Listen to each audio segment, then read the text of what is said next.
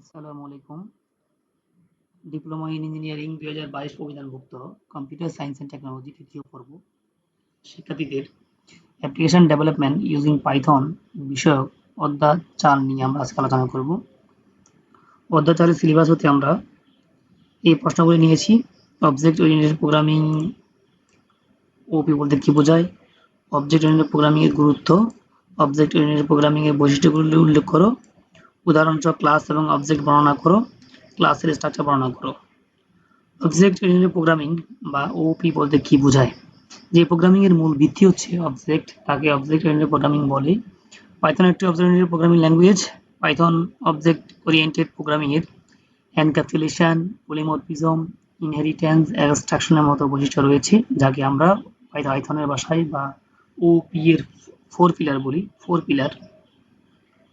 Object oriented programming হচ্ছে computer programming model বা function এবং লজিকের পরিবর্তে ডেটা বা অবজেক্টের সাহায্যে সফটওয়্যার ডিজাইনকে সুসংগঠিত করে। অবজেক্ট ওরিয়েন্টেড প্রোগ্রামিং এর পূর্বে ছিল পিওপি, প্রসিডিউর ওরিয়েন্টেড প্রোগ্রামিং, যেখানে ফাংশনের গুরুত্ব বেশি ছিল। কিন্তু অবজেক্ট ওরিয়েন্টেড প্রোগ্রামিং এর সিকিউরিটি এবং বাস্তবসম্মত প্রোগ্রামিং তৈরি করার লক্ষ্যে মূলত এখানে অবজেক্টকে বেশি গুরুত্ব দেওয়া হয়। আর এটার মূল ভিত্তি হচ্ছে অবজেক্ট, আর অবজেক্ট সমূহকে প্রোগ্রামে ক্লাসের মাধ্যমে ডিফাইন করা হয়। আশা করি আমরা কি জিনিস আমরা বুঝতে পারলাম। এরপর আমরা আসি অবজেক্ট ওরিয়েন্টেড প্রোগ্রামিং এর গুরুত্ব। কম্পিউটার প্রোগ্রামিং এর একটি ধরন হচ্ছে অবজেক্ট ওরিয়েন্টেড প্রোগ্রামিং।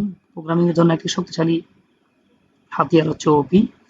কম্পিউটার ও প্রযুক্তির উন্নতির সাথে সাথে প্রোগ্রামিং এর জটিলতা বাড়তে থাকে।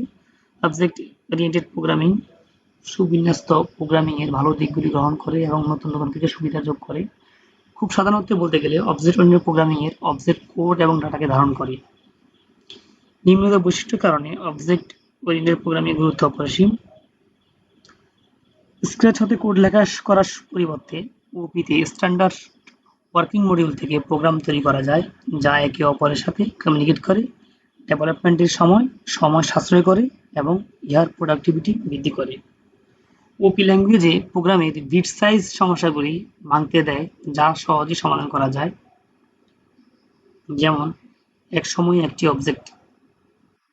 নতুন প্রযুক্তি, নতুন উন্নত মানের সফটওয়্যার রক্ষণাবেক্ষণের খরচ কমাতে এবং প্রোগ্রামারের প্রোডাক্টিভিটি বাড়াতে ওপি ল্যাঙ্গুয়েজের গুরুত্ব অপরিসীম।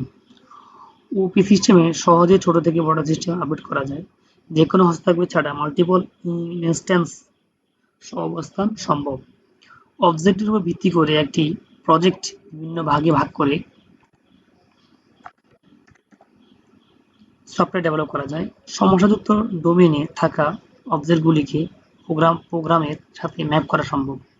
ডেটা হাইডিং নীতি প্রোগ্রামারকে সিকিউরিটি প্রোগ্রাম তৈরি করতে সাহায্য করে, যা প্রোগ্রামের অন্যান্য অংশে কোড দ্বারা অ্যাটাক করা যায় না। ইনহেরিটেন্স ব্যবহার করে কোড রিইউজ অর্থাৎ অপ্রয়োজনীয় কোড বাদ দেওয়া যায়। বিদ্যমান ক্লাসের ব্যবহার প্রসারিত করা যায়। মেসেজ পাসিং কৌশলের মাধ্যমে অবজেক্ট সমূহ একে অপরের সাথে কমিউনিকেট করতে পারে, যা বাহ্যিক সিস্টেমের সাথে ইন্টারফেস গণনাকে আরও সহজ করে তোলে।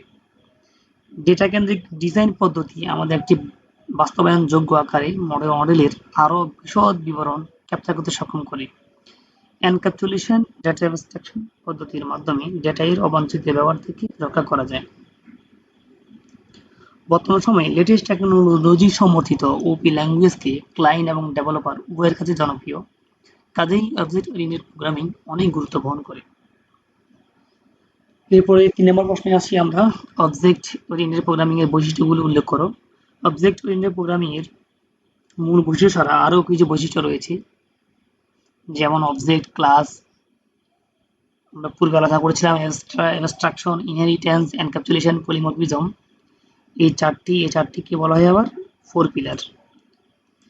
এছাড়া রয়েছে message passing, dynamic binding, open recursion. এগুলির সংক্ষিপ্ত বর্ণনা বইয়ের মধ্যে দেওয়া আছে, শিক্ষার্থীরা বই থেকে দেখে নিতে পারো। অবজেক্ট ওরিয়েন্টেড প্রোগ্রামিং এর মূল ভিত্তি হচ্ছে অবজেক্ট। এই অবজেক্টকে মূলত ক্লাসের মাধ্যমে প্রোগ্রামে ডিফাইন করা হয়। আমরা এই প্রশ্ন হচ্ছে উদাহরণসহ ক্লাস এবং অবজেক্টের বর্ণনা করো। ক্লাস একটি ইউজার ডিফাইন্ড ডেটা। আমরা ক্লাসকে একটি ইউজার ডিফাইন্ড ডেটা বলতে পারি। ক্লাসের মাধ্যমে অবজেক্টের অ্যাট্রিবিউট এবং বিহেভিয়ার সমূহ প্রোগ্রামে ডিফাইন করা হয়। ক্লাস কিওয়ার্ডের মাধ্যমে ক্লাস ডিফাইন করা হয়। একটি ক্লাসের মধ্যে বিভিন্ন মেথড বা ফাংশন এবং অ্যাট্রিবিউট বা প্রপার্টি থাকতে পারে, যেগুলি পাইথন নিয়ম অনুযায়ী ইন্ডেন্টেড ব্লকের মধ্যে থাকে। ক্লাস কিওয়ার্ড ক্লাসের নাম ও সেমিকোলন পরবর্তী লাইন ইন্ডেন্টেশন দিয়ে ক্লাসের বডি ডিফাইন করা হয়, যেমন সিনট্যাক্স দেখানো আছে এখানে। ক্লাস কিওয়ার্ড ক্লাসের নাম, এটা identifier, body of class, colon দিয়ে নিচে ইন্ডেন্টেশন ইন্ডেন্টেশন মেনে বডি অফ ক্লাস ডিফাইন করতে হবে। যেমন এক্সাম্পল হিসেবে দেখানো আছে ক্লাস স্টুডেন্ট, স্টুডেন্ট হচ্ছে ক্লাসের নাম, কোলন ইন্ডেন্টেশন দিয়ে নেম, আমরা একটা ভেরিয়েবল নেম ডিফাইন করলাম স্নিগ্ধা, রোল নাম্বার দিলাম এক্সাম্পল হিসেবে 2050004, প্রিন্ট নেম রোল, রোল এবং নামটি প্রিন্ট করলাম। উপরে উদাহরণ স্টুডেন্ট নামে একটি ক্লাস ডিফাইন করা হয়েছে। অবজেক্ট, অবজেক্ট হচ্ছে ক্লাস টাইপের ভেরিয়েবল। সাধারণভাবে বলতে গেলে অবজেক্টের মানে কোনো বস্তুকে বোঝায়। অবজেক্টের কতগুলি অ্যাট্রিবিউট থাকে যা ভেরিয়েবল সমূহ ধারণ করে। অবজেক্টের কাজসমূহকে ফাংশন বা মেথডের মাধ্যমে ডিফাইন করা হয়। অবজেক্ট কোড ও ডাটাকে ধারণ করে। কোড বলতে ভেরিয়েবল ও ফাংশনকে বোঝায়। ভেরিয়েবল ভ্যালু হিসেবে ডেটা সমূহকে ধারণ করে। ফাংশনের মাধ্যমে ডাটা সমূহ অ্যাক্সেস করা হয়। অবজেক্টের মাধ্যমে ক্লাসের মেম্বার সমূহকে ব্যবহার করা হয়। অবজেক্ট ঘোষণা করার জন্য অবজেক্টের নাম ইকুয়াল দিয়ে ক্লাসকে মেথডের মাধ্যমে কল করা হয়। যেমন অবজেক্ট তৈরির সিনট্যাক্স হচ্ছে object name equal class name parenthesis. উদাহরণ হিসেবে যদি আমরা উপরের এই ক্লাসটা ডিফাইন করি, সেক্ষেত্রে S1 হচ্ছে অবজেক্টের নাম ইকুয়াল স্টুডেন্ট, অর্থাৎ স্টুডেন্টের জন্য একটা S1 নামে অবজেক্ট তৈরি হবে। এখানে S1 হচ্ছে অবজেক্ট, স্টুডেন্ট হচ্ছে ক্লাসের নাম। ক্লাসের স্ট্রাকচার, যদি আমরা ক্লাসের স্ট্রাকচার আমরা উপরে আলোচনা করেছি। এরপরে আমরা বলতে পারি ক্লাসের অভ্যন্তরে বিভিন্ন ধরনের মেথড থাকতে পারে। যেমন কনস্ট্রাক্ট মেথড, যেমন ইনিট, এটা যে কনস্ট্রাক্ট মেথড। তারপর ডেল, যদি দিই ডেল হচ্ছে ডেস্ট্রাক্ট মেথড। যেমন ইনিটের সামনে দুটি আন্ডারস্কোর আছে, যাকে বলে ঠান্ডার বলা হয়। আমরা চাইলেই এই সমস্ত আন্ডারস্কোর ব্যবহার করে একটা মেথডের অ্যাক্সেসিবিলিটিকে আমরা নির্ধারণ করতে পারি। এটাকে আমরা প্রাইভেট, প্রোটেক্ট এবং পাবলিক হিসেবে ডিফাইন করতে পারি। তো আমরা এখানে ক্লাস ব্যবহার করে দুটি সংখ্যার মধ্যে গাণিতিক অপারেটর সম্পন্ন করা একটি প্রোগ্রাম তৈরি করলাম। ক্লাস কিওয়ার্ড, ক্লাসের নাম দিয়ে দিলাম ক্যালকুলেশন, কোলন, একটা মেথড ফাংশন ডিফাইন করতেছি যেটা কনস্ট্রাক্ট করবে def init self comma a comma b, অর্থাৎ দুইটি ভেরিয়েবলকে আমরা সেলফের মাধ্যমে ব্যবহার করব। Print addition a plus b, print subtraction a minus b, print multiplication a star b by into b, print division a divided b, cal সমান calculation 15,5। তাহলে এখানে ক্যাল হচ্ছে অবজেক্ট, ক্যালকুলেশন নামক ক্লাসের জন্য একটা অবজেক্ট তৈরি হবে এবং আমরা ক্লাসের অভ্যন্তরে দুটি ভ্যালুকে পাস করাচ্ছি। যেহেতু এটা কনস্ট্রাক্টর সেহেতু এর মান হবে 15, বি এর মান হবে 5।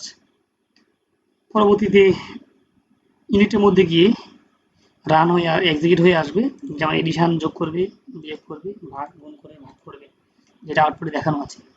ক্লাস ব্যবহার করে যদি কোনো প্রোগ্রাম আসে, আমরা সেক্ষেত্রে কি করবো, যে কোনো প্রোগ্রামের শুরুতে যদি আমরা ক্লাস কিওয়ার্ড ক্লাসের নাম কোলন দিয়ে দেই, ইন্ডেন্টেশন মেনে চলি, তাহলে সেক্ষেত্রে সেটি ক্লাসের আওতাভুক্ত হয়ে যাবে। ক্লাস ব্যবহার করলে অবশ্যই আমাদের অবজেক্ট তৈরি করতে হবে। অবজেক্ট তৈরি করলেই ক্লাসের কোড সমূহ রান করবে। আমাদের আজকে এ পর্যন্তই। আমরা এরপরে চলে যাবো পঞ্চম ও পরবর্তী চ্যাপ্টারগুলিতে। তো তোমাদের যদি কোনো সমস্যা হয় বুঝতে, সেক্ষেত্রে আমাকে কমেন্টের মাধ্যমে জানাবে।